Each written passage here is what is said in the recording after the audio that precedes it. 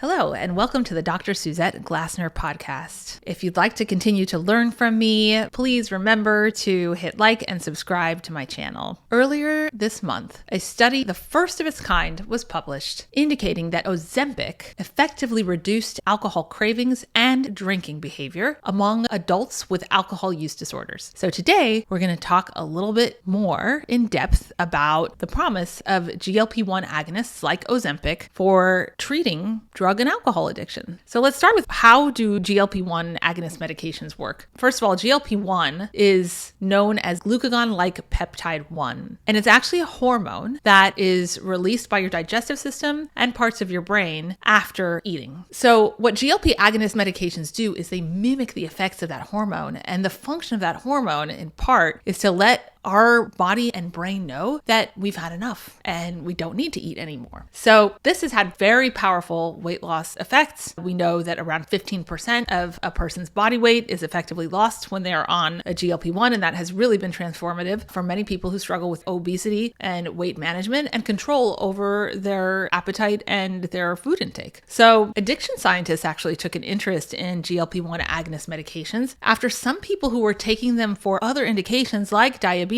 noticed that in addition to suppressing their appetite, they also didn't really have the usual desire that they had either to drink or smoke. And so it's really seemed to be reducing cravings for addictive substances. And even though the reasons that these medicines act in these ways are not really yet well understood, we can make some assumptions based on the way that GLP-1 agonists work on eating. So we know that GLP-1 reduces dopamine, and dopamine is that feel-good pleasure chemical that is released when we're about to eat something, or we're eating something that's delicious, or we're anticipating pleasure or experiencing pleasure from other activities. So when a person has food in front of them that they normally really like a piece of cake or a dessert or just a juicy hamburger, without the usual amount of dopamine that's released, they're not going to have that same kind of excitement about eating it. So if you extend that to understanding how drug use and addiction work, without that strong desire or urge or craving for that piece of cake or that juicy hamburger, people become less likely to want it. Well, what if we could achieve the same thing for substances that are highly addictive, where there might be something tempting right there in front of a person, like their favorite kind of alcohol, or maybe someone around them who's using substances, but they don't get that same anticipatory kind of excitement that is prompted by the release of dopamine because they're not releasing as much on a GLP-1. So if we could achieve that, then the desire to use alcohol or drugs compulsively would be dampened, and that could really help us overcome addictions. And this is a bit different from the way that many of the FDA approved medications that we have currently in place for addiction work, which is that many of them reduce the enjoyment of some of those experiences of drinking. They reduce the reward and the pleasure directly experienced from drinking or using other substances.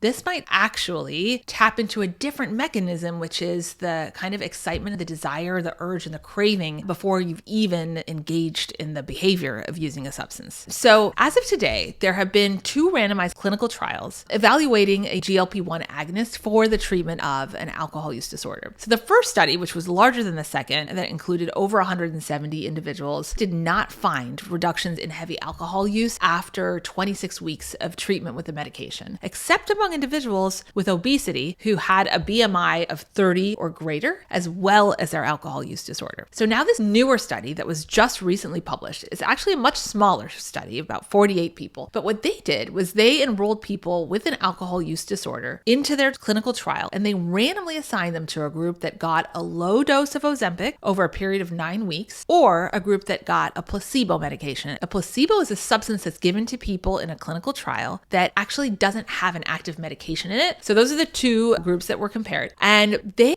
tested drinking behavior in a simulated drinking environment. So what they did is, before they started treatment with Ozempic or the placebo, and 9 weeks later, they would come into a laboratory setting. The laboratory was made to look like a living room. It was very relaxing. They could watch TV. They had a bar fully stocked with their favorite alcoholic beverages, and they were instructed that they could drink as much as they wanted to. And then the amount that they drank and their blood alcohol levels were measured before and after they finished that 2-hour session. And then they looked at how much did they drink at that that pre-treatment session before they started taking Ozempic or a placebo, and then how much did they drink after 9 weeks of weekly injections of low-dose Ozempic or placebo. What they found was that at the end of the 9 weeks, individuals who got Ozempic drank significantly less than the individuals who had the placebo. So they actually drank around 40% less in that simulated laboratory environment. Now, then as a secondary question, they evaluated how much were they drinking out in the real world in their natural life.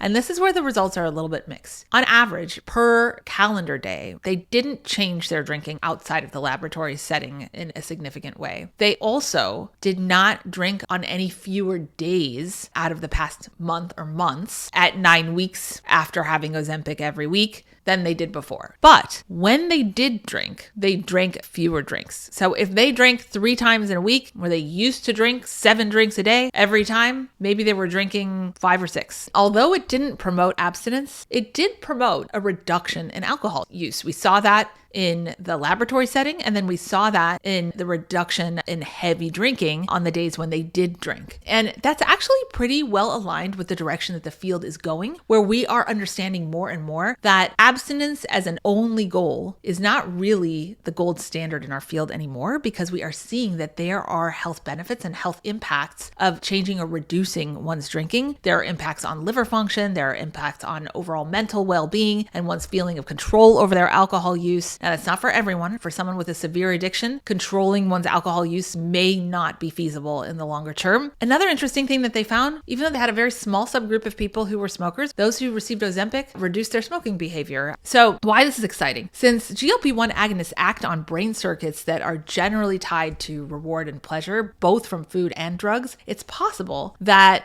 these medications may be therapeutic for people who are addicted to more than one type of substance. Currently, all of the FDA-approved medications for addictions are for a specific type of substance use disorder, but we don't have any FDA-approved options for addictions to multiple substances. And then second, if you think about the message it sends from a physician who is prescribing Ozempic for weight control, it sends a message that this is sort of a normative problem in our society. Obesity is recognized as a medical issue for which medication treatment can be effective and should be aggressively prescribed in order to reduce the risks of other overlapping chronic diseases that could stem from or become worsened by one being overweight or obese. Imagine if we could extend that to the field of addiction treatment. Addiction is a highly stigmatized condition, and even though we do have effective medications for addiction, they are very much underprescribed and used by a very small proportion of individuals who could benefit from it. So offering something like Ozempic as a potential treatment option for addiction can really help people in the medical field and outside of the medical field to understand and appreciate addiction as an illness and therefore really destigmatize it. So what can you do now? So it's not FDA approved, and that's something that's important to keep in mind. And it's a long road to get a medication FDA approved. You have to have different types of studies. You have to study the safety of the medication. Then you also have to do randomized clinical trials in larger numbers than what we've seen so far today. All of those sources of data need to be gathered, usually over many years, and submitted to the FDA before a medication can have FDA approval. And the FDA approval gives you a certain degree of confidence that this is a very well-studied medication in terms of safety and efficacy. So if it has undergone that level of investigation and inquiry scientifically, you can still ask your physician to prescribe it. And that's what's known as prescribing something off-label. Off-label means it's not approved for that indication. Ozempic is approved for certain indications, diabetes, for example, and to prescribe it in order to overcome an addictive behavior would be considered off-label because it's not an FDA-approved indication. That said, off-label prescribing is a very common practice in the practice of medicine. So if you feel comfortable with your understanding and with a discussion with your medical provider about the risks and benefits and what is known about Ozempic for your condition, if it's addiction or if it's another condition, then you can ask them to prescribe it off-label to you. One of the other benefits of FDA approval, however, is that it impacts the cost of the medication. So it could be very costly for individuals taking it for an indication for which it's not approved. And that's just a consideration to keep in mind. Second, we just have to be very aware that research is in very early stages. With support for accelerated research that's currently in place, there are a number of clinical trials that are currently ongoing that are funded by the National Institutes of Health to try and fast track our knowledge base about the effectiveness of these medications for substance use and addiction. I hope that you found this information useful today. If you're interested in learning more about FDA approved and off-label, unapproved medications for different types of substance use disorders, please check out my new book, book, Addiction: What Everyone Needs to Know. And I look forward to seeing you next time.